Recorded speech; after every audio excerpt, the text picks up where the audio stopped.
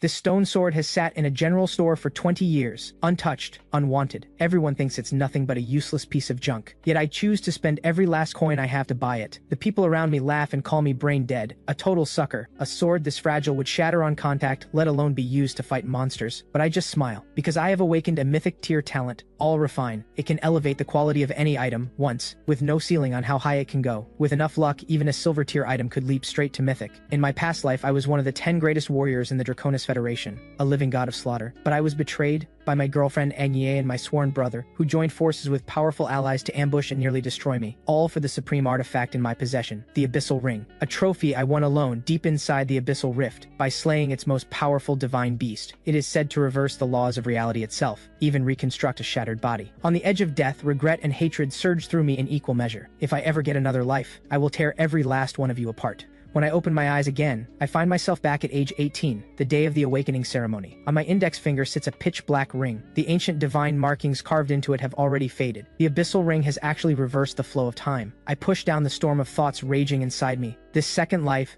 I will rewrite every regret, and Daniel and Agnier will pay with their lives. Host's killing intent has reached critical threshold. Binding the Godslayer class system. Binding complete. One initial spin awarded. Use now. In the next instant, a spinning wheel materializes in my mind, covered in millions of tiny glittering slots. With a single thought, I command it to spin. The needle whirls at blinding speed, and finally, it lands on a golden slot. Congratulations, host, you have obtained the mythic talent, all refine. Any loot dropped inside a dungeon can be upgraded in quality. Each item may be refined, directly or indirectly, only once. I'm stunned. This mythic talent can freely elevate any item's quality. The power of it is almost terrifying. I slowly close my eyes. A status panel rises in my mind. Crest. Class, unawakened. Talent, all refined. Gold tier. Skills, Godslayer strike, legendary. Phantom step, legendary. Mastery, back to basics. Skills, total concealment, legendary. Eye of insight, legendary. Staring at this panel, the calm I had forced myself to hold shatters. Some of my skills from my past life, they came back with me. At that moment, a bright clear voice rings out behind me. Hey Crest, what class do you think you'll awaken? I turn around, and my breath catches for just a moment. A girl in white stands there. Delicate features, a gentle smile, head tilted just slightly to one side. Her eyes hold a quiet light, exactly as I remember. It's Riley, my deskmate. My gaze softens instantly. The final moments of my past life are still vivid in my mind. When I faced a storm of lethal attacks from every direction, Riley was the only one who stepped in front of me, without a thought for her own life. Only in that moment did I understand. She was the only one who had loved me, from beginning to end. She was willing to give her life for me, without a single regret. Seeing her now, 1,000 thoughts flood through me. I have so much to say, and no idea where to begin. Caught under my burning gaze, Riley's cheeks flush pink. Why are you staring at me like that? She has had feelings for me for a long time, and dropped hints more than once, but I always looked past her. She knew the only person I had eyes for was the school beauty, Agnier. Mr. Stoneface finally notices this lady right here, too late to tell you. She plants her hands on her hips, grinning playfully. In the sunlight, her face seems to glow. What she doesn't expect is what I do next. I step forward and pull her into a tight, fierce embrace. Riley freezes on the spot. Her whole body trembles slightly, her eyes going wide and red-rimmed. She nearly loses her footing. What are you doing? I release her gently, a quiet smile on my face. My awakening is going to be terrifying. Then I turn away. 1,000 words sit in my chest, and I let none of them out. Riley's face burns red. She lowers her head slightly, sneaking glances at my back, still not quite recovered. Next, Daniel, hidden combat class, armor breaker, innate attribute rank, 8 stars. The teacher's announcement sends a wave of gasps through the crowd. An 8-star talent, and Ehrenfall First Academy already has one this early in the year. Not just the students, even the faculty members in the leadership seats react with open delight. Excellent. What a start to the year. I watch Daniel on the stage, my expression unreadable. His awakening is identical to my past life. His family is one of the most powerful in the Draconis Federation. They poured endless resources into him, pushing him to extraordinary heights. And I played my part in that too, in my past life. This time, I have to crush him from the very beginning. This debt of blood will be repaid. Soon it's Riley's turn. She jogs up to the stage and places her palm on the awakening monolith. A pale gray mist rises and slowly coalesces into an ancient scythe, covered in old runic inscriptions. Hidden combat class, soul summoner, innate rank, 7 stars. The hall erupts again. No one expected this. That a girl with such a gentle face would awaken something so dark and violent. Then it's my turn. I walk up to the awakening monolith, draw a slow breath, and press my hand against it. The next instant, the world shifts. A terrifying surge of energy, unlike anything that came before, erupts outward. Every student and teacher is struck with shock. The faculty members in the leadership row, more than 10 of them, tremble visibly. Could this be a talent above 9 stars? Even I'm surprised. My original starting class was supposed to be assassin, but the phenomenon unfolding around me is something no ordinary assassin could produce. Then the system answers, a new class has been bound to you. The terrifying energy in the air gathers and compresses, almost forming the shape of a long sword. The space around its 3-foot blade fractures with hairline cracks. Awakening complete, mythic class, Blade Saint. My head spins. This is Mythic, an entire tier above Legendary. No one has ever awakened a Mythic class from the start. I must be the first in all of history. I immediately activate my passive skill, Total Concealment, disguising my Blade Saint class as the similar-sounding Sword Channeler. I cannot let anyone know what I truly am. The trouble that would bring is not worth it. The phenomenon around the awakening monolith settles, condensing into a single, solid longsword. Every student and faculty member stares up at the massive ethereal blade suspended in the sky, and the entire campus falls dead silent. After a long pause, the awakening teacher struggles to announce the result. Crest. Innate attribute rank, 10 stars. The moment the words land, the hall explodes. 10 stars? What kind of monster is this kid? I thought Daniel's 8-star armor breaker was already insane. And now this? A perfect 10 stars? The teacher continues. Hidden class. Sword Channeler. The hall goes quiet for a beat, then erupts all over again. No way! I thought it was going to be a swordsman. How is it a Sword Channeler? Phew! Almost died of envy. At least the Sword Channeler balances out those maxed out stats. The crowd murmurs with mixed feelings. A Sword Channeler looks a lot like a swordsman on the surface, but the two are very different in practice. A swordsman is a pure melee class. A Sword Channeler, by contrast, excels at both close and long range, a hidden class that develops both physical and magical attacks simultaneously. But its biggest weakness is glaring. It starts out extremely weak. Dual cultivation demands far more attribute investment than a standard class, so in the early stages, a Sword Channeler lags far behind an ordinary swordsman. I keep my expression flat. If my true class, Blade Saint, were exposed, the consequences would be a double-edged sword. That's not a risk I'm willing to take. The faculty seats are buzzing just as loudly. Good heavens! A hidden class and innate 10-star attributes? You won't find a talent like this anywhere in Erenfall City. Not in decades. Yes, a Sword Channeler is weak early on, but its late game potential is immense. It just needs an enormous investment of resources to reach its peak. Director Holton,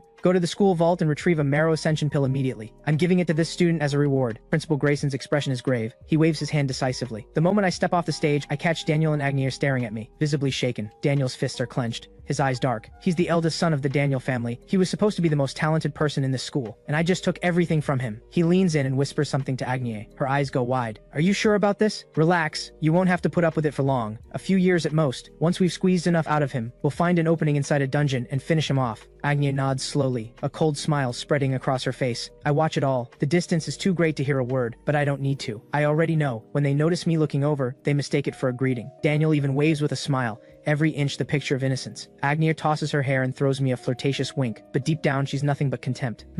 A broke fool is still a broke fool. Even with 10-star attributes, he's still crawling after me. Pathetic. But I have lived 2 lives. I see through her completely. Drip with arrogance all you like. You won't survive the night. I walk back to my class with calm, unhurried steps. My classmates immediately swarm around me. A Sword Channeler may not be the flashiest class, but maxed out stats draw people like moths to a flame. Many push close to flatter me, some even playing up old friendships to get in my good graces. I smile at all of them and let it pass. You can know a face without knowing a heart. This life, I won't trust anyone easily. Riley stands at the edge of the crowd, watching me from a distance with a quiet smile, not a trace of flattery in her eyes. She likes Crest, just him, not anything he comes with. The awakening ceremony continues. Most of the remaining students have ordinary talents. One exception catches my eye. Zane from class 4. He awakens a 9-star hidden class, Demon Hunter. It causes quite a stir, but with my 10 stars already on the board, even a 9-star talent can't make the same kind of waves. I study Zane, lost in thought. In my past life, he died inside the beginner dungeon. After the awakening ceremony ends, I return to my dorm and open my personal status panel. Crest. Level 1. Class, Blade Saint, Mythic-tier, Worlds only. Strength, 10. Constitution, 10. Agility, 10. Spirit, 10. Luck, 10. Talent, all refine. Primal Sword Soul.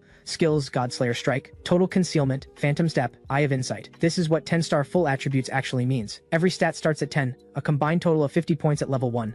My base stats already rival some awakened fighters at level 5. I notice an additional talent in my panel, Primal Sword Soul. The moment I read what it does, I feel the air leave my lungs. It allows me to learn any sword skill, ignoring all prerequisite conditions. All sword skill damage, speed, and mastery growth are increased by 300%, and the effect grows stronger as my rank rises. I stare at the numbers in disbelief, setting everything else aside, 3 times the sword skill damage alone. That means even with the most basic iron sword, I'm confident I can solo any monster below level 3, and that's before I even know a single sword technique. And on top of that, I still carry skills from my past life. In practice, I'm almost like a dual-class fighter, and if the sword ever isn't enough, I'll just have to pull out a dagger. Tomorrow morning, the beginner dungeon descends. Every newly awakened player will be pulled in, no exceptions. In my past life, I avoided the hidden boss. It was just too dangerous. But this time, I have to go for it. I'm only just starting out, and I need every resource I can get. A little risk is worth it. I'll go alone and take down the hidden boss myself. As for Riley, she'll be fine. Based on my past life, she completed the dungeon safely with another group, without a scratch. Now, time to think about revenge. A cold smile pulls at the corner of my mouth as I look down at the message Agnier just sent. Crest, haven't you always liked me? Well, I've changed my mind. I smile to myself. Just like in my past life, down to the letter. These messages, They're exactly what led us to confirm a relationship that very night. I type back immediately. Tonight, rooftop of the main building, come alone. After sending the message, I leave campus and follow my memory straight to a weapon shop. From my past life, I know this shop holds a stone longsword. Shatter the outer stone layer, and the true blade hidden inside is revealed. It's a silver-tier longsword, but its rough exterior has kept everyone from seeing its worth. I need to get my hands on it before anyone else does.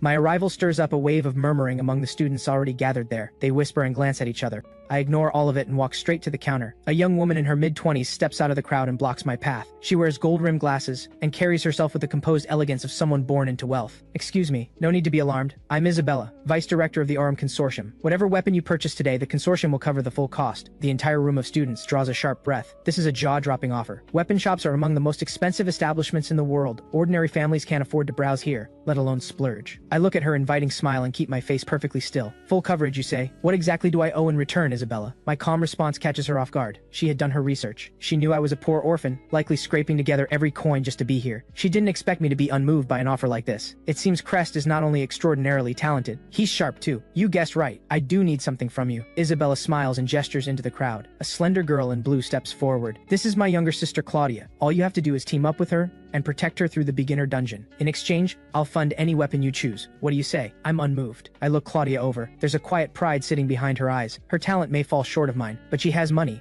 And plenty of it. This kind of arrangement is nothing new to me. Only newly awakened players can enter the beginner dungeon. No family guards or hired muscle can follow them in. That means the second daughter of the Aurum family would be navigating a deadly zone with no protection whatsoever. Naturally, she needs a capable fighter by her side, and I'm an ideal candidate. The thought brings a smile to my face. I rub my chin and put on the most innocent expression I can manage. Alright, then I want the Frostfang Dragon Blade. The moment I say it, Isabella's eyes waver. She clearly didn't expect me to ask for the moon. The Frostfang Dragon Blade, a diamond-tier weapon, the crown jewel of this shop, is priced at tens of millions of advent coins. Even someone of her wealth can't produce that on the spot. She had assumed a silver-tier weapon would be more than enough to satisfy a sheltered, penniless student like me. The watching students exchanged surprised glances. Is this guy serious? That's a bold ask. Sure, he's the top new talent in terms of stats, but don't forget, his class is a sword channeler. It's notoriously weak in the early game. That's a diamond-tier weapon. Whether he can even equip it is a real question. Isabella's eyes flash with a flicker of embarrassed annoyance. I backed her into a corner in public. Her expression firms. Are you being serious? I meet her gaze with wide, guileless eyes and nod. Of course I am.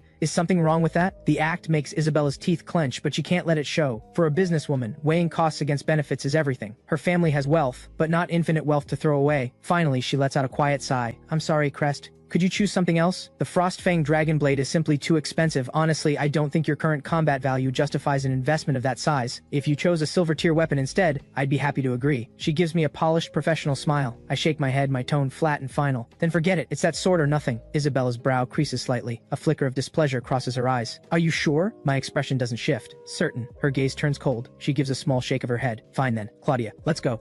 Claudia gives me a measured look. This is the first time she's ever seen her sister lose ground in a negotiation. It leaves her with an impression she didn't anticipate. This classmate isn't just extraordinarily talented. His mind is something else entirely. Once they leave, I let out a slow breath. I never had any intention of accepting, but a flat refusal would only invite more pressure. Asking for the Frostfang Dragon Blade was the cleanest way to make them back off. Besides, I'm planning to go solo into the most dangerous zone in the dungeon to take on the hidden boss. Bringing Claudia along to babysit would make that impossible. I push through the crowd and walk up to the counter alone. I catch a female attendant's eye. Take down that stone sword for me. The attendant pauses, then follows my finger upward. There, behind the wall display case, hangs a lumpy gray mass of stone, pitted, ugly, barely resembling the rough shape of a longsword. It looks less like a weapon and more like an unfinished rock. You'd struggle to hurt someone with it even if you tried. The attendant blinks, clearly baffled. Are you certain you want this one? I nod. She sighs and taps through a few commands on the display screen, lowers the case and presents the stone sword to me. I grip the stone sword and weigh it in my hand. A faint golden light flickers through my eyes as Eye of Insight scans the weapon in an instant. Stone husk, silver tier, dropped by a beast inside an F-rank dungeon, contains a silver tier blade sealed within. In my past life, I watched a student buy this sword. Inside the dungeon, he accidentally shattered the stone casing, and only then did the real blade reveal itself. That's how I knew. Not bad at all. What's the price? I ask, holding the sword in one hand. Per our manager's policy, on Awakening Day, all newly awakened players receive a discount based on their attribute rank. Anyone with 5 stars or above gets weapons at 50% off. This stone sword is normally 1,000 advent coins. At your discount, it comes to 500. I give a small nod. That's within what I can manage. Other silver tier weapons typically start at around 10,000. If the stone casing were broken, this one would be worth at least 10 times more. And my entire savings at this moment, exactly 500 coins. The transaction goes through and the sword becomes mine. Thank you for your purchase. The attendant gives a small bow. a perfectly practiced smile that doesn't quite reach her eyes. The watching students are floored. Has he lost his mind? Sure, it's cheap, but can you actually kill anything with a rock? Buying this is basically suicide. But one bespectacled student in the crowd pauses to think. Stone weapons drop in dungeons all the time. Normally they're garbage, one hit and they crumble. But there's an extremely small chance a stone weapon is actually a sealed blade, with real value hidden inside. Is he actually trying to gamble on that? His words don't calm the crowd. If anything, they only draw more ridicule. My father is a blacksmith. I know exactly how low those odds are. I bet every stone weapon in this entire shop put together wouldn't produce a single decent blade. Spending 500 advent coins on odds like that? He's just a fool. I let the chatter wash over me, then stop walking. A slow smile pulls at the corner of my mouth. Anyone want to make a bet? If I break this sword open and a real blade comes out, you give me 3,000 advent coins. If not, I give you 5,000. Any takers? My voice carries across the entire shop. Students, staff, even the attendants, all stare at me like I've gone completely mad. The odds of a sealed blade are 1 in 1,000, maybe 1 in 10,000. Not even their manager or the most seasoned blacksmiths have spotted anything special about this stone, and yet I'm willing to bet on it. It's practically handing money away, and students rush forward, eager to get in on it. A broad-shouldered student beats everyone else to the front, practically beaming like he's already won. I'll take that bet. I give a small nod and run Eye of Insight over him. Bruto, level 1. Class, Iron Vanguard. Skill, Full Force Cleave. A familiar face. On campus, this guy is notorious. A bully who makes life miserable for anyone without money. In my past life, he stabbed me in the back during the beginner dungeon. Setting him up for this one, I feel zero guilt. Let's make it official. With a thought, a contract panel materializes between us. The terms of the bet laid out in full. Once both parties sign, there's no going back. Even if I win, I only get 3,000. If I lose, I'm out 5,000. And the odds of a sealed blade are sky low to begin with. By any measure, this looks like a terrible deal for me. The students watching are stunned. He's actually doing this? With an official contract? If he can't pay up, the interest will spiral, and with a binding contract, no one can back out. Bruto stares at the contract, briefly hesitant, then makes up his mind. The odds are overwhelmingly in his favor. What kind of man backs down from a bet like this? Besides, 3,000 advent coins is pocket change for his family. Putting me in my place is reason enough. He signs his name on the contract without hesitation. Bruto folds his arms and smirks. Go on then. Smash your little rock. Though honestly, I wonder if a broke fool like you can even scrape together 5,000 to pay me. He doesn't get to finish the sentence. His smug grin dies on his face, replaced by pure speechless shock. Because in that instant, I bring the stone sword down and shatter it. Clean and decisive. A sharp crack rings through the entire shop. Every person in the shop freezes. The noise dies. The chaos turns to complete silence. Stone fragments fall away, and there it is. An ancient-looking black steel sword. 3 feet of dark blade, threaded with deep crimson veins that seem to pulse like flowing blood. Crimson-veined iron sword. Silver. Lower grade. Special trait Blood Drinker. Wounding a monster allows the blade to absorb its blood and restore the wielder's health. Eye of Insight pulls up the full details. I'm more than satisfied. A weapon that heals me every time I wound an enemy. It's like carrying a personal medic into every fight. Every bystander looks like they've been struck by lightning. After a long silence, one student finally manages to speak. He actually pulled out a sealed blade, and from the look of it, that's at least silver tier. Bruto's face drains of color the moment he sees it. He takes an involuntary step back, barely able to process what he's looking at. No way. The words come out after a long, painful pause. He thought this was going to be his moment, and instead, he's been played completely. I keep my expression neutral and extend my hand toward him, as though this was always the only possible outcome. Pay up, Bruto. He grinds his teeth and forces out the words. Lucky break. Then he transfers 3,000 advent coins from his account to mine. There's no way around it. A signed contract is binding law in this world. No one, not even the most powerful figures alive, can break it. Miss a payment, and the interest compounds by the second. He has no choice but to pay now. I walk out of the weapon shop at an unhurried pace, expression as calm as it's been all along. Bruto watches me leave, his face cycling between pale and flushed, on the verge of erupting. His voice comes out low and shaking. Crest, I won't forget this. Back in my private dorm room, I set the sword down in front of me and activate All Refine. A sacred golden radiance flares to life, and the sword begins to transform before my eyes. Bloodthirst blade, silver, upper grade. Blood Drinker, wounding a monster restores health. Blood kill, slaying a monster temporarily raises all attributes by 5 points for 30 seconds. I'm genuinely astonished. The talent lives up to its name. A direct jump from lower silver to upper silver, and a whole new special effect unlocked alongside it. The blade itself has changed too. Heavier, sharper. You can feel the difference just holding it. I glance out the window. Night has fallen. That means it's time to meet Agnier. I leave the dorm alone. Moments later, I stand on the rooftop, a plain dagger tucked in my pocket. Godslayer Strike reaches its full potential with a dagger. With a sword, the power drops significantly. I'm going to kill Agnier with my strongest move. Crest, did you really have to pick somewhere this out of the way? Agnier strides in, wearing a sleek black dress, barely concealing her impatience. I said I changed my mind, but I'll need to put you through a trial period first before I decide anything. It all depends on how you perform. She finishes with a slow, knowing smile. I laugh inwardly, cold and quiet. A trial period. Let's call it what it is. Stringing me along like an obedient servant. Fight around the clock inside dungeons, then hand over most of the rewards. Looking back now, I was utterly and irredeemably stupid. I handed her most of everything I ever earned. My smile under the moonlight takes on something bloodthirsty, and Agnier feels it. A chill runs down her spine. Why are you smiling like that? She senses that something has shifted in me. Something she can't quite name or place. I walk toward her without expression. With each step closer, she feels it more clearly. A killing intent radiating off me like cold steel. Something is wrong. She starts to panic. Crest, stay back, don't come any closer. She raises her hands and takes a slow step backward, bracing herself. I don't acknowledge her at all. I explode forward in a single burst and pull the dagger from my pocket. The moment she sees the dagger, Agnier's eyes go wide with pure terror. She never imagined I could be this ruthless. And now she finally understands why I chose somewhere this isolated to meet. In desperation, she snarls, "You dare touch me? Daniel will make you pay for this." I let a look of deliberate confusion cross my face and stop walking. Why would you bring up Daniel? My reaction convinces her she has rattled me. Daniel's family is one of the 3 most powerful in the Draconis Federation. Even a 10-star talent can't stand against that kind of force. Fine, I'll tell you. Daniel sent me to get close to you. You've probably figured it out by now, so I'll drop the act. Did you really think a penniless nobody like you could make a lady like me change her mind? And you want to kill me? How laughable. Just the mention of Daniel's name is enough to stop you cold. She stands there dripping with arrogance, her smile ice cold and merciless. But what she gets is not what she expects. I don't tremble. I don't flinch. My voice when it comes is perfectly calm. Good. Are you ready to die? She goes still. She thought the name had frozen me in place. That's exactly why she let herself be so vicious with her words. I dare you to actually try. She never finishes the sentence. I move. My entire body becomes a streak of blood-red light, a surging torrent that swallows Agnier whole in an instant. She feels as though she has been plunged into an ocean of blood and mountains of corpses, surrounded by endless, wailing souls. The blade draws a perfect line across her throat. All that remains in her eyes is disbelief. Every ounce of her arrogance vanishes. Her body crumples. I look down at her body. There is a fierce satisfaction in my chest, and beneath it a wave of exhaustion. My mind goes hazy. The warning signs of spirit energy depletion.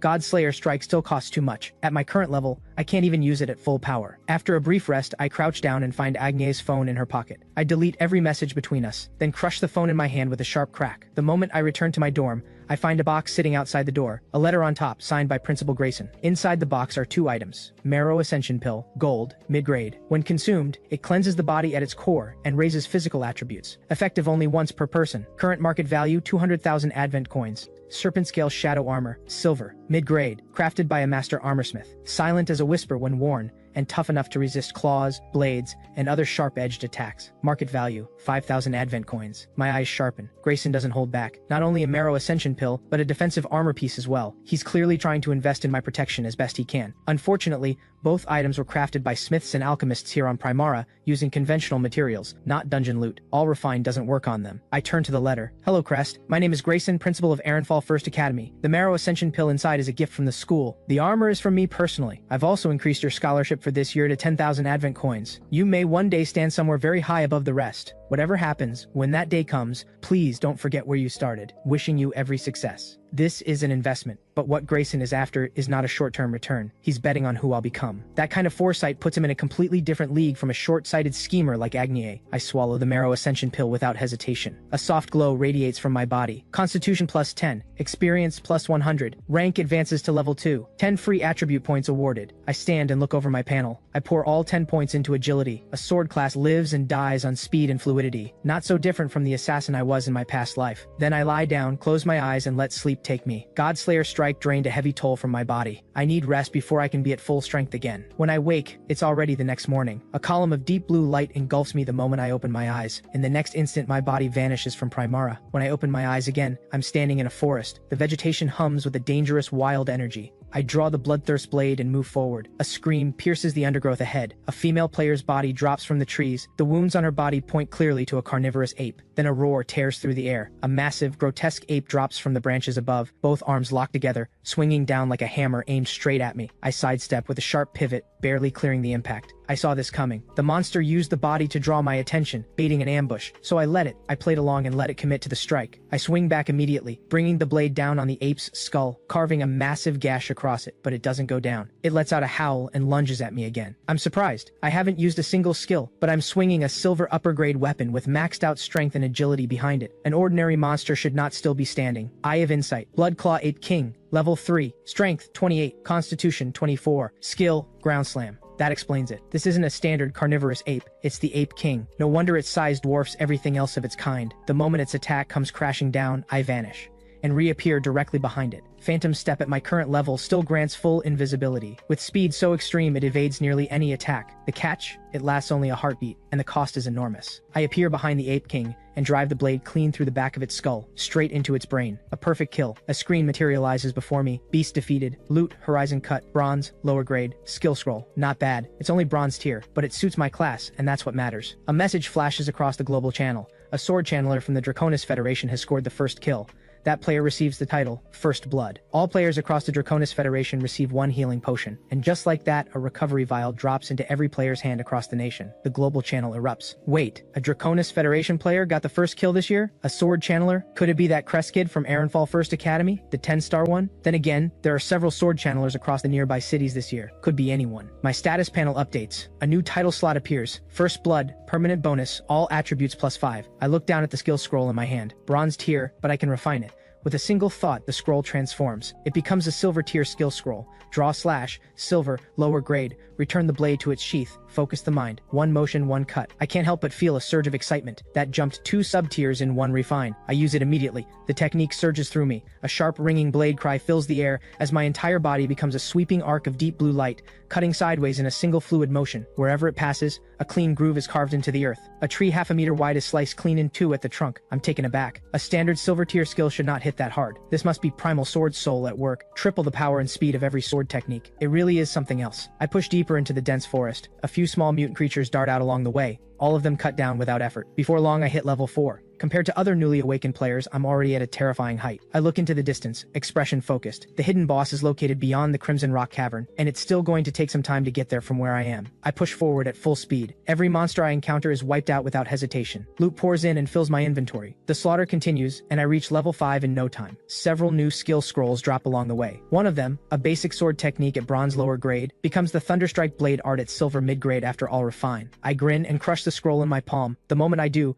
crackling lightning coils around the bloodthirst blade. It's like an enchantment. The sharpness and striking power of the blade jump up by an entire level. A gray-backed wild wolf bursts out of the undergrowth and charges straight at me. I raise my blade and cut. Lightning blazes across the wolf in an instant, and it drops dead. Just as I move to sheathe the sword, a chorus of howls erupts from deep within the forest ahead. My grip tightens. I look, and dozens of gray-backed mutant wolves close in from every direction. Fast, claws like steel, capable of tearing a human body apart with ease. A chill runs through me. My luck could not be worse right now. This is a small beast hide at the very least. Any ordinary squad of new players hitting this would be dead before they knew what happened. For a moment, I weigh my options. Phantom Step could get me out. The wolf numbers can't stop a clean break. But all that experience, I really don't want to walk away from it. I run my tongue across my lips. A sharp, hungry look crosses my eyes. Eye of Insight scans the pack. Their agility is impressive, but still a notch below mine. I decide to fight. With the Bloodthirst blade in hand, every kill restores my condition on the spot. If I wipe out this entire pack, I'll gain several more levels at minimum. I roar and charge forward, unleashing draw slash. The wolves show no fear. They have the numbers, and the forest fills with their overlapping howls from every direction. I swing, lightning wrapped around the blade. My movements so fast they blur. Fast as the pack is, their movements are child's play compared to my swordsmanship. Thunderstrike blade art and draw slash together. The combined power multiplies rapidly. In just a few breaths, several wolves are already down, and my experience total keeps climbing. I move like a machine, cold-faced, relentless, blade rising and falling without pause. Before long, not a single one is left standing. Then something new crashes out of the trees, a massive wolf. Fur so silver-white it seems bathed in moonlight, frame towering above the rest of the pack. It's in a completely different league. Its speed is terrifying. It closes the gap in an instant, and before I can react, it grazes my arm. 2 long gash marks. Blood flows freely. Another half-second slower and I might have lost the arm entirely. Eye of Insight. Now, Silverback Wolf King. Level 6. Skills. Silver Claw slash Fang Rip Rapid Charge. The Wolf King circles me with predatory focus, lining up its next strike. I stare it down, expression flat. I sheathe the sword. Then I step forward, choosing to attack first, even while bleeding. Because in that last exchange, draw slash reach max mastery and upgraded into flash draw, silver mid-grade. I grip the blade tight. Spirit energy surges through my hand and into the sword, and in an instant the entire blade blazes with crackling arcs of lightning. The next moment, I become a streak of deep blue lightning, blade trailing a line of pure light as I cut straight through. The slash is too fast. The Wolf King doesn't even have time to react before it hits the ground. Dead. Wolf King slain. Experience plus 500. Flash draw mastery plus 145. Thunderstrike blade art mastery plus 100. Loot, Iron Cleave Bone Splitter. Wolf King's heart. The remaining wolves freeze, then panic. The more cowardly ones are already turning and bolting. I give chase instantly, moving like a phantom through the pack. Not one escapes. Every last wolf falls to my blade. My level jumps straight to 10.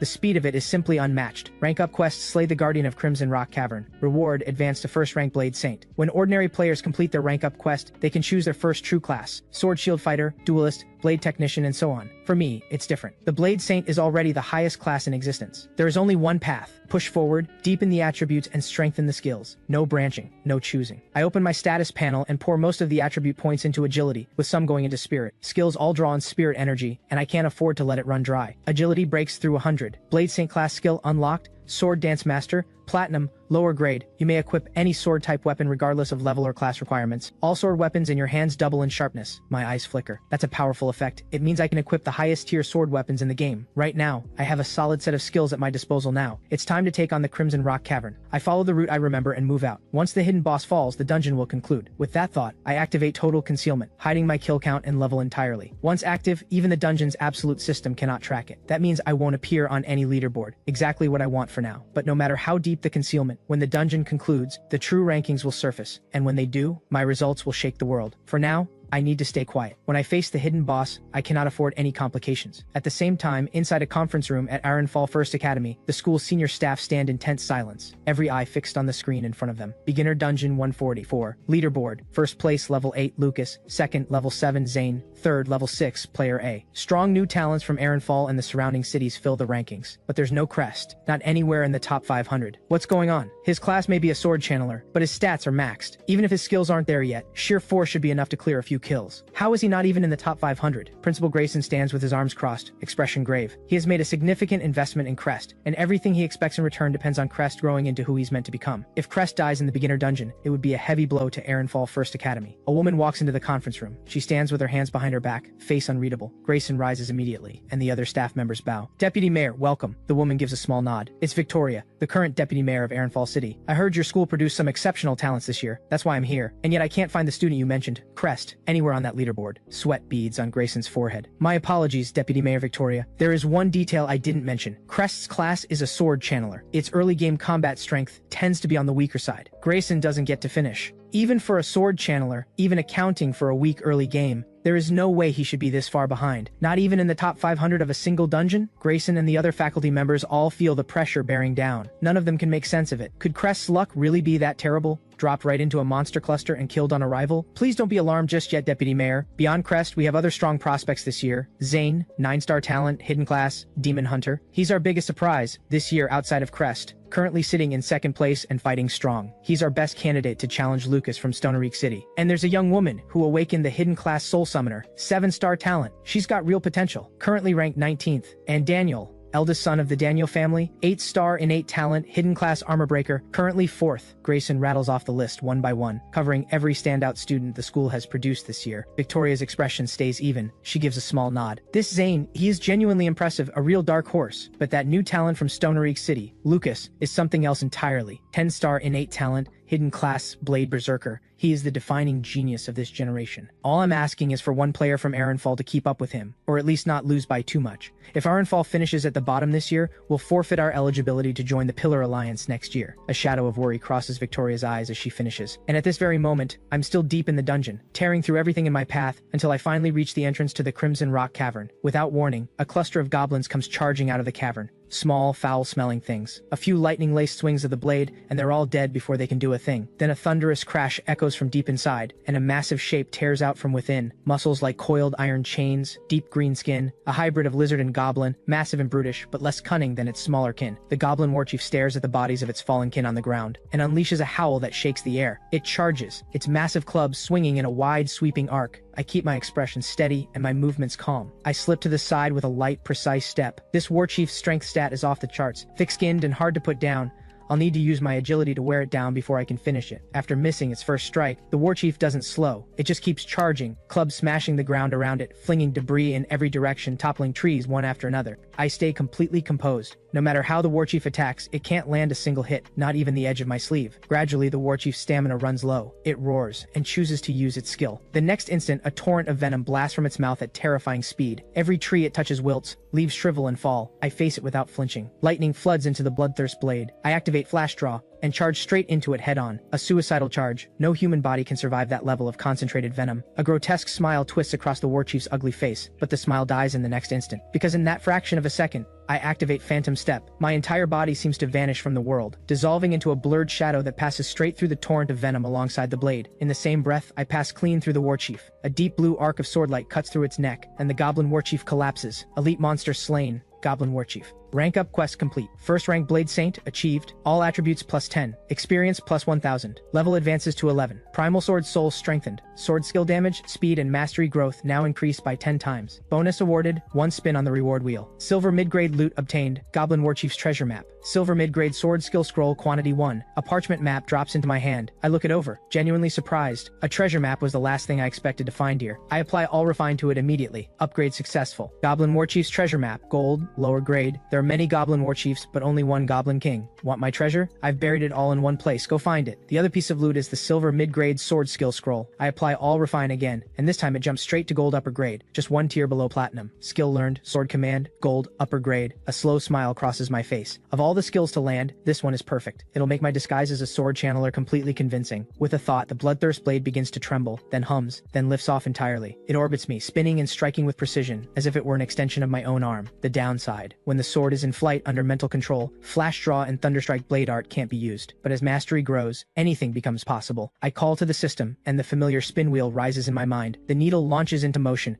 It stops on a legendary talent. Passive mastery legendary tier obtained. All skills will now continuously and automatically grow in mastery at all times. I stare at the description, genuinely stunned. I get stronger just by existing. I move to step into the Crimson Rock Cavern, and stop. Footsteps behind me. The next instant, an arrow screams through the air, aimed straight at the back of my head. I tilt my head just slightly, and the arrow misses clean. A cold, killing intent ignites behind my eyes. From the craftsmanship of that arrow, there's no question. This was a human ambush. 4 figures step out of the undergrowth, each armed differently. An Iron Vanguard, a Ranger, and 2 mages. And the one I least expected to see, Bruto, is among them. Of all people, of all places, Bruto's face splits into a vicious grin. He had been imagining this moment ever since he lost. Exactly what he'd do to me if he ever crossed my path inside the dungeon. What a lucky break. Bruto's eyes burn with naked, undisguised, killing intent. His teammates raise their weapons and lock into combat stance. You really think the few of you can take me down? I scan the group, my voice flat and utterly calm. Not a trace of fear. Boss, this guy doesn't look easy, one of the mages murmurs, swallowing nervously. The ranger beside her lets out a cold laugh. Flora, don't sweat it. He's just putting on a front. Let me be straight with you, Crest. Bruto's already hit level 7. The rest of us are at level 5, each packing 2 skills. What's a sword sovereign like you going to do against that? I just smile. Feel free to find out. The ranger moves first. Bow drawn, an arrow wrapped in dark red light screams toward me. I watch it come and don't move an inch. It's a tracking arrow. Dodge all you want, it follows. So instead I swing my sword and slice it clean in 2 midair. I plant my foot and surge forward. Lightning crackles along my blade. The strike is almost too fast to see. Before anyone can react, I'm already in front of the ranger. 1 thrust to the throat and it's over. The other 3 freeze. They never expected me to move that fast or strike that ruthlessly. Without a moment's hesitation, anger flares among the survivors. The male mage finally triggers his skill.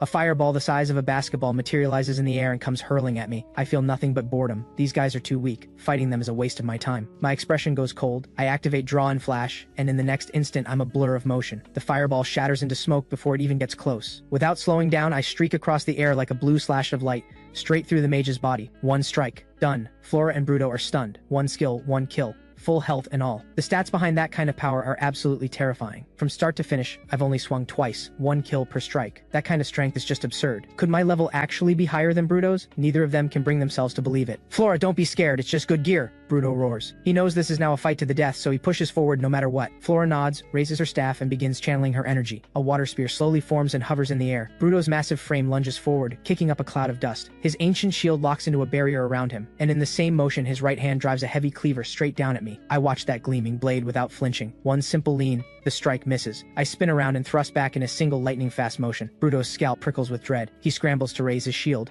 It takes the hit, but the force sends him flying backward along with it. Bruto is shaken to his core. A basic attack, just a normal swing, and it's already blown through most of his HP. He's a tank warrior, famous for his massive health pool. It only hit his shield, so how was it that powerful? He turns it over in his head and can only blame my weapon. Bruto grits his teeth and crushes a necklace on his chest. A strange force shoots out and wraps around my blade. The bloodthirst blade tears free from my grip and hangs suspended in the air, out of my reach. Bruto smirks, feeling like he's finally got the upper hand. You really made me dig deep, Crest. That necklace was a one-time item. Hurt the wallet even for someone like me. But it works, and that's what matters. You're done. Seizing the opening, Flora strikes. The water spear launches from the air and rockets toward me. A flash of triumph crosses Bruto's eyes as if I'm already a corpse. corpse, but in the very next instant the suspended blade trembles, as if an invisible hand has just closed around its hilt. Then it slashes down at an angle and shatters the water spear. I haven't moved a muscle. The bloodthirst blade spins and flies back to me, hovering quietly in the air at arm's length. Bruto goes pale as stone, his voice trembling. That's a late-game skill. How does Crest already have it? My expression is ice cold. I point at Bruto from across the field. The bloodthirst blade shoots forward like a black shadow. Bruto scrambles to resist, managing 2 desperate blocks before the blade finds his throat. Even in death, his eyes are frozen in shock. The last one standing, Flora, loses all color in her face and drops straight to the ground, trembling all over. I was wrong, please don't kill me, I'll do anything. But looking at her, I simply shake my head. Some mistakes can't be walked back. I raise my blade and end it, defeating a 4-man squad, plus 2,088 XP, level up to 12. I turn toward the depths of Scarlet Rock Cavern. Time to go in. The inside of Scarlet Rock Cavern is pitch dark. Swarms of bats flicker through the shadows. The atmosphere is deeply unsettling. I pull out the Goblin King's treasure map and study it. The plan, grab the loot first, then go hunt the hidden boss. I follow the map's coordinates deeper in. Mutant frogs and the occasional dark feather oreclaw dart out at me, but I cut them down without breaking a sweat. I hit level 13 along the way. Suddenly the tunnel opens up ahead. The stench is overwhelming, almost enough to form swamp gas. Goblin lair, I realize. I've walked into somewhere truly foul. Stepping inside, the sight hits me like a wall. Dismembered human limbs are scattered across the ground. Player squads have clearly met a brutal end here. Deep in the lair, a female player is bound and covered in wounds. At the sound of my footsteps, she barely opens her eyes, then her gaze snaps wide. Sir, Crest? I frown slightly and activate my Eye of Insight to scan her profile. It's Claudia, the second daughter of the Aurum Consortium. I didn't expect to run into her here. Crest, please help me. Claudia looks at me like I'm her only hope. Tears welling in her eyes. Her squad fought hard, but every last teammate was slaughtered by the goblins. She's the only survivor. I pause and think. She's a soul drain healer, a rare variant of the healer class. She can absorb the souls of fallen monsters to restore her own energy, then use that soul energy to mend her allies' wounds. The fight against the hidden boss is going to be brutal. A strong support alongside me could make all the difference. I can get you out of here, I say, but I have one condition. Join my squad and follow my lead, no questions asked. Claudia doesn't hesitate for a second. Her head bobs up and down like she's nodding for her life. Claudia joins the squad. I'm set as leader. I lift my blade and slice through the ropes binding her. She struggles for a moment before managing to pull herself upright. Red rope marks cover her body. Her face is pale, and her eyes are rimmed with red. She looks at me like I've just saved her world. What she's been through is horrifying. Captured by goblins, then rescued at the last moment. Anyone would be shaken to tears. Crest, let's get out of here. Now, Claudia urges, her face pale, eyes darting around anxiously. There's a goblin chief in here, that's what killed my teammates. It heard the commotion outside and left, but it should be coming back any time now. I cut her off. Don't worry, I already killed it. She stares at me, speechless. How is that possible? You're alone, no squad, and you're a sword sovereign, the weakest early game class. She can barely believe it. Honestly thinks I'm bragging. She saw firsthand how terrifying that goblin chief was, cutting through normal players one by one like they were nothing. I hold the Goblin King's treasure map out in front of her. Proof. She stares at the map, frozen for a beat. Then the shock hits her full force. Okay, I believe you. That's insane. The Goblin Chief was a level 10 elite, then something clicks. Wait, are you the Sword Sovereign who got the first kill? I give a single nod. She sucks in a sharp breath. There's still a lot of danger in here. Goblins aren't the only ones, plenty of other monster clusters too. We should go. Stop talking, I say. The deal was, you join my squad and follow my orders. I'm going deeper in, and you're coming with me. Say another word about leaving and I'll tie you back up myself. That shuts her up. Claudia nods. She's quietly fuming. What a blockhead. Not even a shred of charm. I'm the second daughter of the Aurum Consortium. A little softness and I'd be his. Doesn't he know what that kind of connection is worth? Dense as a rock. But I'm already walking, not looking back, pressing deeper into the cavern. She glances around. It's pitch black, eerie, and terrifying. She has no choice but to hurry after me, sticking right at my side. We push hard for several hours. Monsters surge out of the dark in wave after wave, but I cut them all down almost as fast as they appear. Claudia is farming XP without lifting a finger. At one point, a small beast tide charges out. I handle it alone without breaking a sweat, walking away with barely a scratch. Claudia has watched every second of it, jaw on the floor. She's completely sold. If I were her enemy, there'd be nothing left of her. I walk up to her. What are you standing there for? Heal me. Claudia quickly activates her skill. A cluster of violet light blooms in her palm and flows into me. The wounds on my arm close up in seconds. The Bloodthirst Blade does have some healing ability, but it's faint. Nothing compared to a proper healer. That's exactly why I brought her along. What level are you? Thanks to you, I just hit 10. My class advancement quest is up. I need to kill one elite tier monster, she says, a little nervously. Good. I'll get you through it. You're advancing to Soulmender. She nods, but inwardly she's surprised. He knows exactly what class I'm advancing into. That kind of knowledge takes serious depth. I take her to kill an elite monster, and she completes the advancement. Soulmender, unlocked. She learns a new skill, Shield Boost. Targeted teammates spend energy and continuously raise their block chance. Before long, we reach the spot marked on the Goblin King's map. It dissolves into a stream of light and sinks into the ground. I activate my sword sovereign skill and slash into the earth. A deep pit opens up, and sitting inside is a dark purple chest. Dark purple treasure chest. Gold tier, lower grade. I don't open it yet. Instead, I activate all ascension and upgrade the chest itself. The chest glows with flowing violet light. Its surface now inlaid with clear blue gemstones. Dark Knight chest. Platinum tier, lower grade, opened. Rewards, full Shadow Duelist set, circlet, greaves, bracers, leggings, mantle, plus the Shadow Soul longsword, and 1 platinum high-grade soul crystal skill scroll. My eyes go wide at the cascade of notifications. A complete platinum set, that's extraordinarily rare. And the sword is mid-grade platinum. My luck is completely off the charts. I equip everything immediately. A longsword materializes before me, dark purple veins running through its body. The hilt is solid, but the blade itself is like a shadow, almost unreal. Shadow Soul longsword, platinum mid-grade. Shadow storage, this blade can be stored inside your own shadow, ready to be summoned at any moment. Soul drain, strike a target's shadow to gradually drain their energy. Dark slash, all attacks with this blade deal an additional 50% shadow damage. Just holding it, I can feel a significant boost across all my stats. Equipping the full Shadow Duelist set transforms my appearance. My outfit shifts into a pale gray robe etched with ancient runes, like moonlight draped across cloth. A pair of gray bracers materializes on my forearms. Shadow Duelist set active. Dark Blade Surge, all sword skills gain an additional 50% shadow damage, which bypasses physical defense. Shadow Strike, when using any sword skill, there's a 60% chance to generate a shadow that delivers 1 extra slash, equal in power to a normal attack. Reading through the list, I feel a surge of excitement. These effects are seriously powerful. With a thought, I release the Shadow Soul longsword. It drops into the shadow at my feet. Whenever I need it, I can pull it right back out. Claudia stares at my full new set, eyes glazed. Platinum gear sells for at least $1 million on the open market, and even as the second daughter of the Aurum Consortium, that number makes her breath catch. Take this and use it. I toss her the platinum high-grade soul crystal skill scroll. Most players don't learn platinum tier skills until their 4th or 5th class advancement. You can imagine what that kind of scroll costs. And I just hand it over, no strings attached. Claudia is absolutely floored. You're just giving this to me? This is worth at least $1 million out there. She takes it hesitantly, assuming I must not know its value.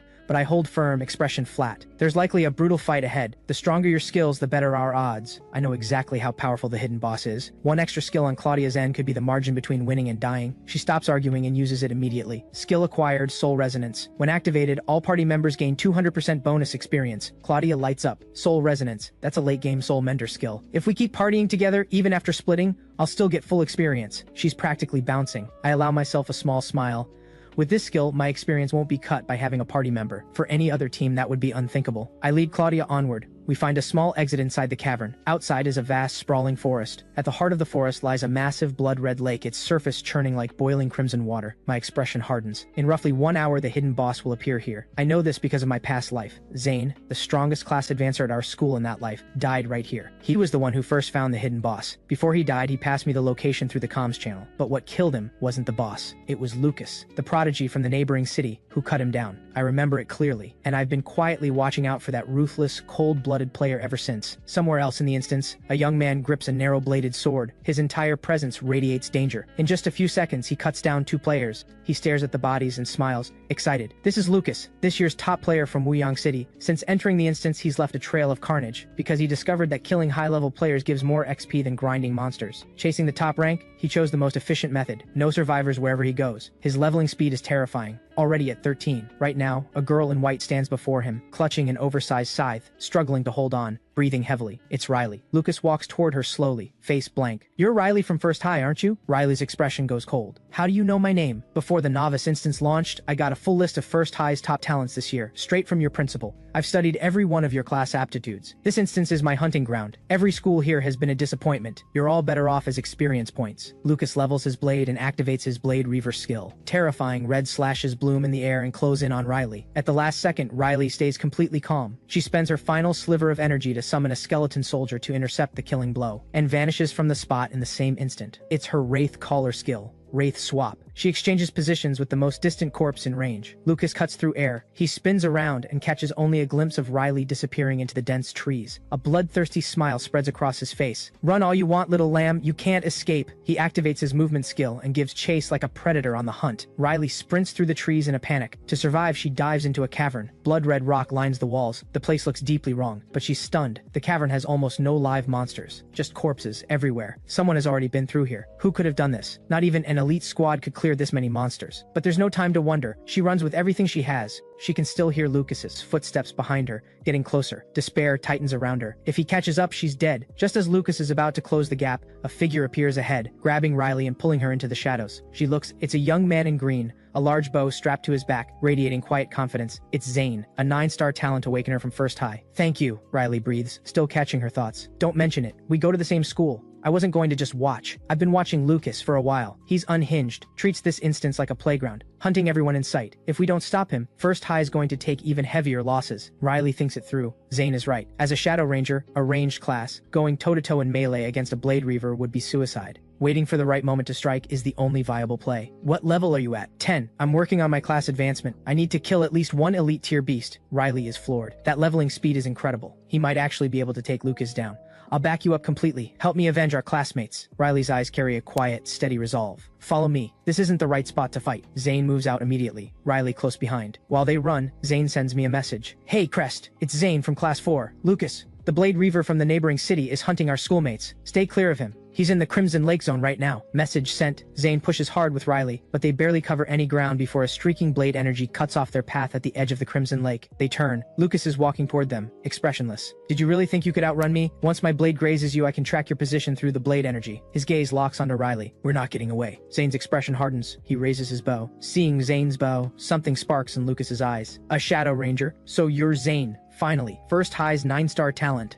He licks his lips, eyes gleaming with hunger. A talent like you should be at level 10 already. Killing you will push me to 14. He charges. Zane's killing intent surges. He looses arrow after arrow, each one glinting with cold, sharp light. But as the arrows close in, Lucas doesn't even flinch. He sweeps his blade in a flurry and splits every single one in two. Riley strikes too, spending her energy to summon 3 skeleton archers who rush forward with their makeshift bows drawn. Lucas remains utterly unmoved. He activates a savage cleaving skill. Multiple blade phantoms flicker into existence in an instant. 5 overlapping slashes tear through the air. All 3 skeleton soldiers are wiped out instantly. Seeing this, Zane immediately throws out his strongest skill. Skill Seal Strike, bronze high grade. Any target hit by it is locked out of their normal skills for a short time. A mercury-like arrow streaks straight for Lucas's throat, but Lucas doesn't dodge. He doesn't even bother. Not bad. Too bad it won't land. He laughs coldly, lifts his blade vertical, and launches it as a streak of light, slicing the arrow clean in half. Zane is stunned. His strongest skill, broken that easily? Is the gap between 10-star and 9-star talent really that wide? Before Zane can even knock another arrow, Lucas is already on top of him, blade driving straight through his chest. Riley watches in horror, all color gone from her face. Fury fills her eyes. She swings her full moon scythe at Lucas. Lucas spins and brings his blade down on her shoulder. She blocks with her scythe, but the force sends her tumbling backward all the same. She coughs up blood, too broken to keep fighting. Lucas looks down at her with cold contempt. So weak. I actually thought this might be fun. Turns out you're all just small fry. What a waste of my time. Time to die.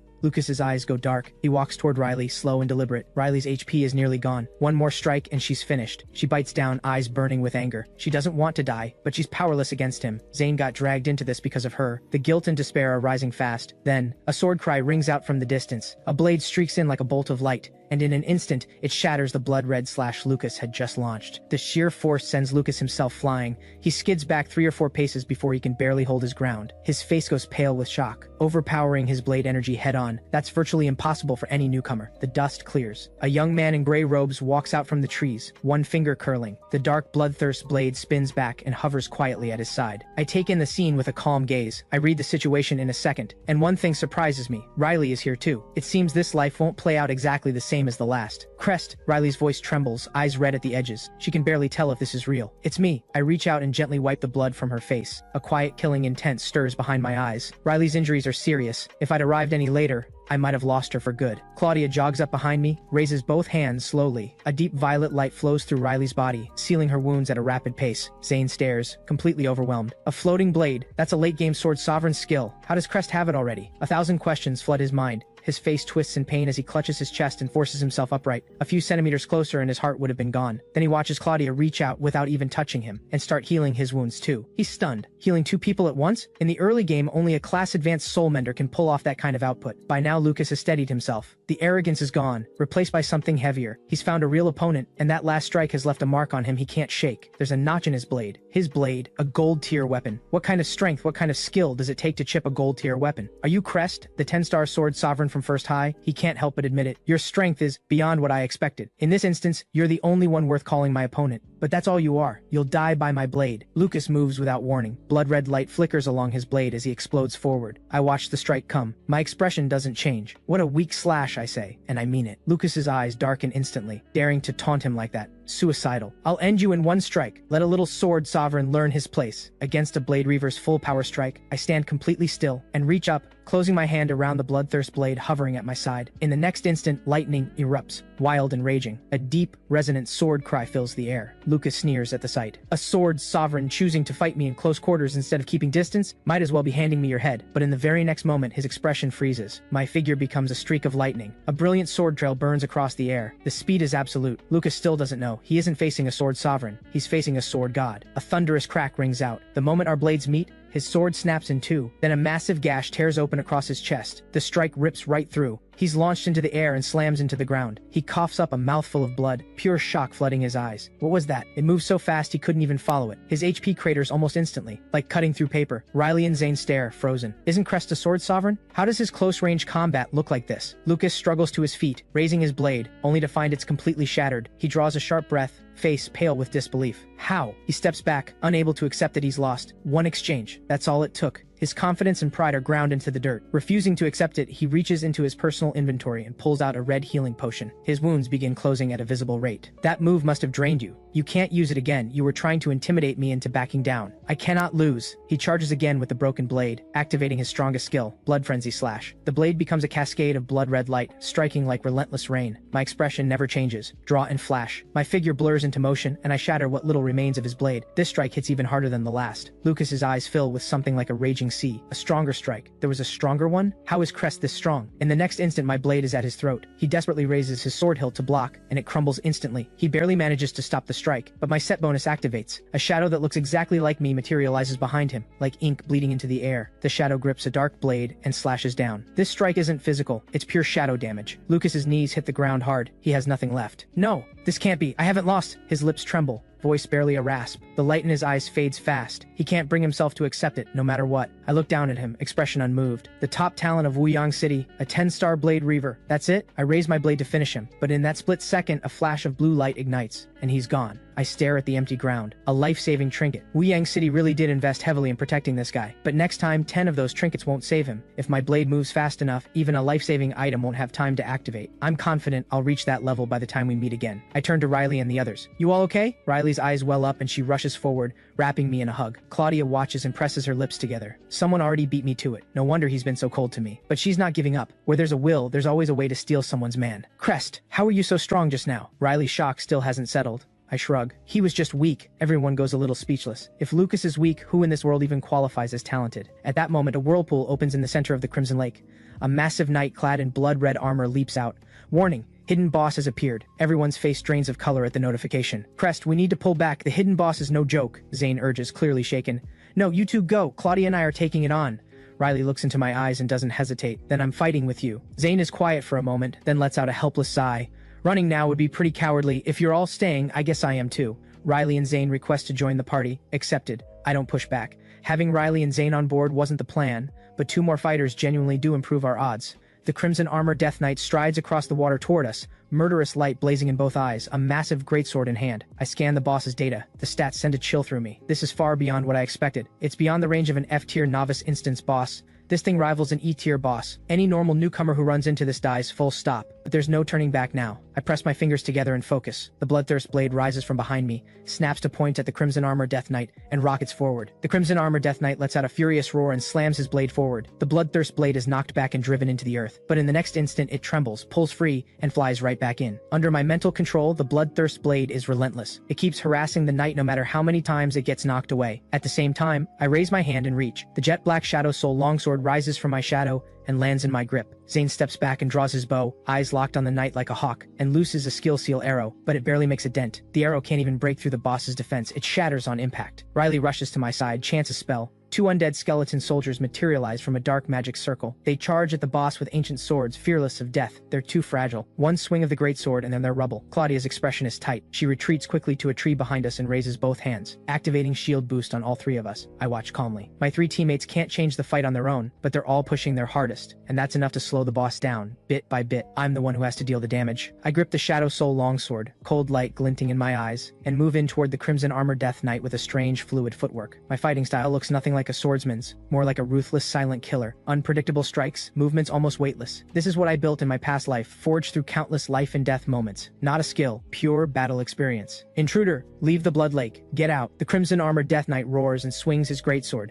I ignore him completely. I activate Thunder Rush Sword Art. Brilliant blue lightning extends along my blade. I angle in and thrust straight at him, meeting force with force. That massive greatsword is stopped dead by what looks like a tiny blade. It can't advance an inch. At the same time, I keep the Bloodthirst blade flying, sweeping it across at the knight's flank. The Crimson Armor Death Knight snarls and is forced to pull back to deal with it. I press the advantage and give him no room to breathe. The Shadow Soul longsword slashes relentlessly while the Bloodthirst blade whirls overhead as support. The assault rains down like a storm. The Shadow Soul longsword carries shadow damage the boss's defense can't resist. The blade slips through like a ghost, slicing directly into the knight's shadow, and the Crimson Armor Death Knight is suddenly overwhelmed, falling back step by step. We have a chance! Riley's eyes light up. She summons another skeleton and sends it charging at the boss's back. Zane's eyes sharpen with killing intent. He draws, activates Skill Seal Arrow. A massive mercury-like projectile launches and drives straight into the boss's eye socket. The boss's skills are sealed, locked out entirely for the moment. Riley's skeleton seizes the opening from behind, stabbing repeatedly with its ancient blade, each hit shaking the boss's massive frame. The boss spins in a rage and shatters the skeleton, but not before it chipped away at his strength. The Crimson Armor Death Knight lets out a howl of pain and staggers back. Yes, keep going and we've got this. Zane's eyes gleam. He keeps firing, arrow after arrow streaming toward the boss. Up ahead, I don't share their optimism. A shadow lingers in my mind. This boss has an absurd amount of HP. I'm barely scratching the surface. We've only shaved off about 10% so far. Zane's Skill Seal Arrow is doing its job, but it can't be chained. The moment its effect fades, the boss is going to be furious. Sure enough,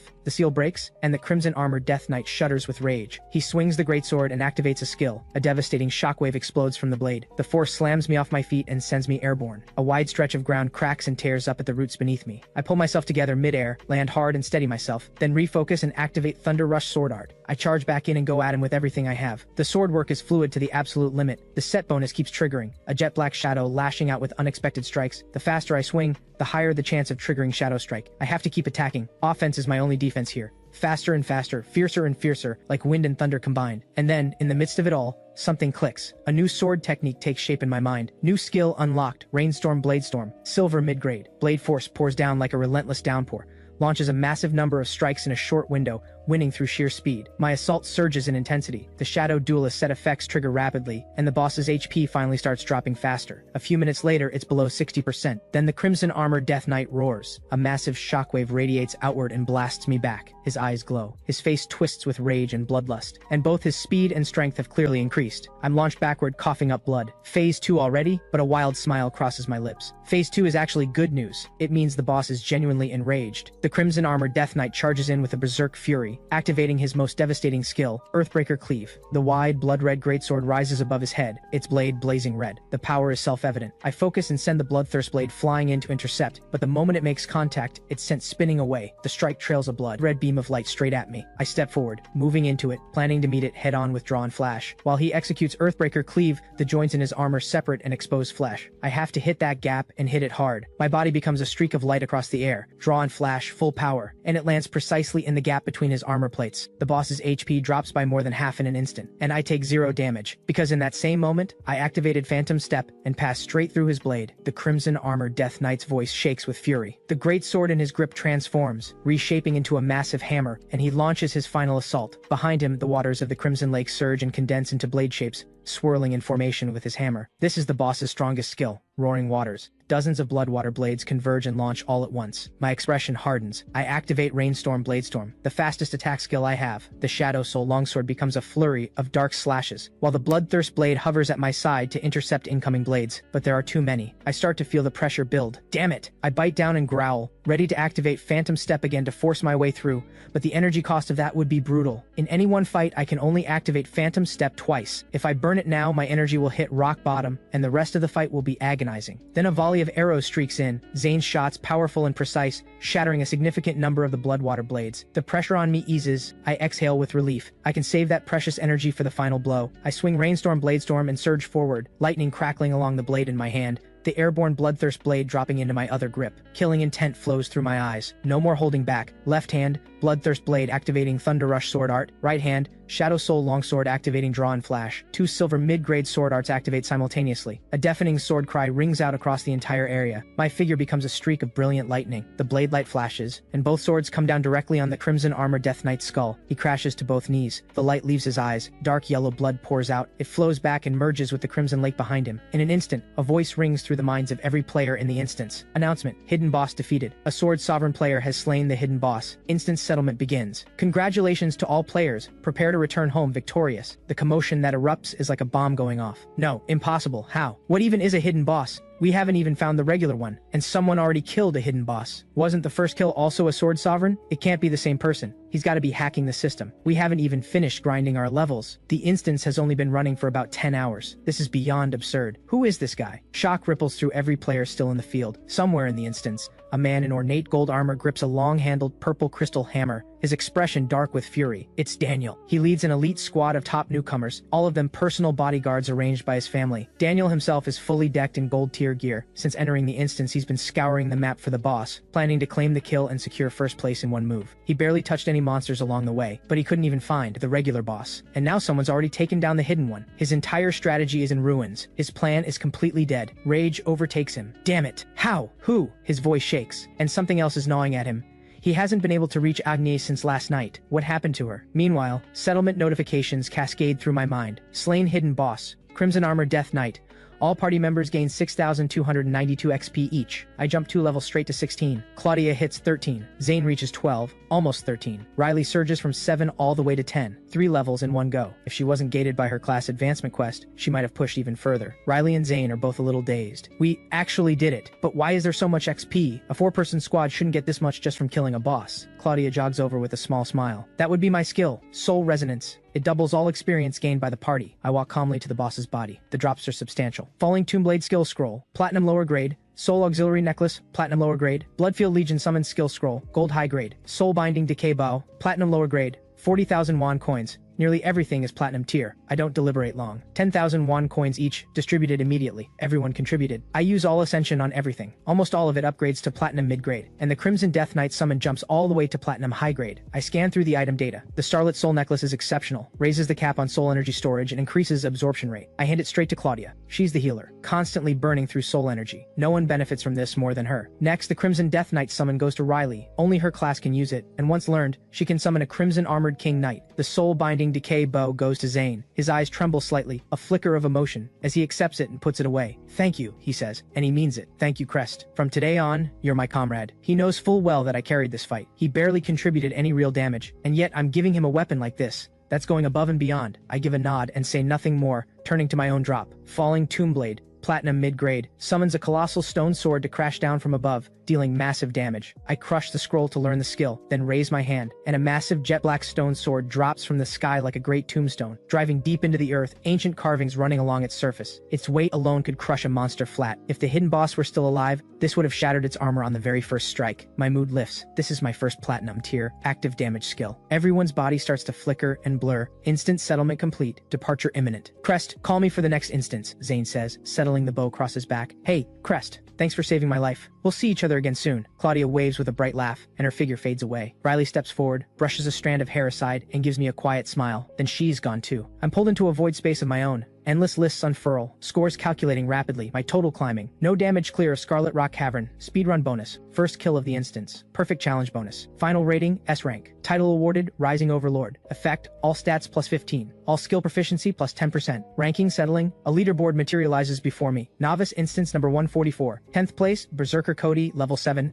9th place, Cultivator Reggie, level 8. 8th place, all top 10 receive bonus rewards. First place rewards are especially generous. My expression is calm. I already know the outcome. First place is mine. reaching level 16 in a novice instance, something that has never been done before and likely never will be again. Meanwhile, back at first high, every faculty member is glued to the leaderboard. What's going on? This novice instance wrapped up so fast? It's barely been a day. Something must have gone wrong. Rows of large virtual screens float around the room, showing faculty from every school across the neighboring cities. Every year, the novice instance is essentially a tournament. Educators from across the region gather to watch and compare results. A cold laugh comes from one of the screens. No need to look so shocked, first high. The reason this instance wrapped up so quickly is entirely thanks to our genius from Wuyang third high, Lucas. I suggest you all make the most of this year's resources, because your celestial tower slots next year are looking uncertain. The speaker is Principal Harden of Wuyang third high. The first high faculty bristle with anger at Principal Harden's jab, but no one has a comeback. They can't deny it. Lucas is the real deal. Grayson, however, remains composed. Whatever happens, he can't afford to look rattled. Principal Harden, nothing's been decided yet. There's no need to run your mouth. This year's field is exceptional, stronger than any in recent memory. A faster clear is only natural. But rushing to hand all the credit to your own student before the results are even final? That's a bit desperate, don't you think? Grayson's eyes narrow. Every word a blade. Say what you want, Principal Grayson. First place belongs to Wuyang third high, and that's final. And it's not just Lucas. We have 2 9-star talent awakeners and several at 8-star. The confidence is warranted. Gentlemen, enough. An elderly professor cuts in. Strong talent is a blessing for all of humanity. There's no need to bicker over it. Let's watch the board. Grayson nods and turns back to the leaderboard. On the surface, unmoved, going toe-to-toe. Underneath, quietly uneasy. This year, first high needs at least 1 student in the top 3. That's what it takes to have a future here. Top 3. He's already started praying for it silently. And my name hasn't appeared on the leaderboard at all, so Grayson assumes I've either died in the instance or I've been hiding, too scared to fight. Either way, it means this student has almost no future ahead of him. He's already written me off completely.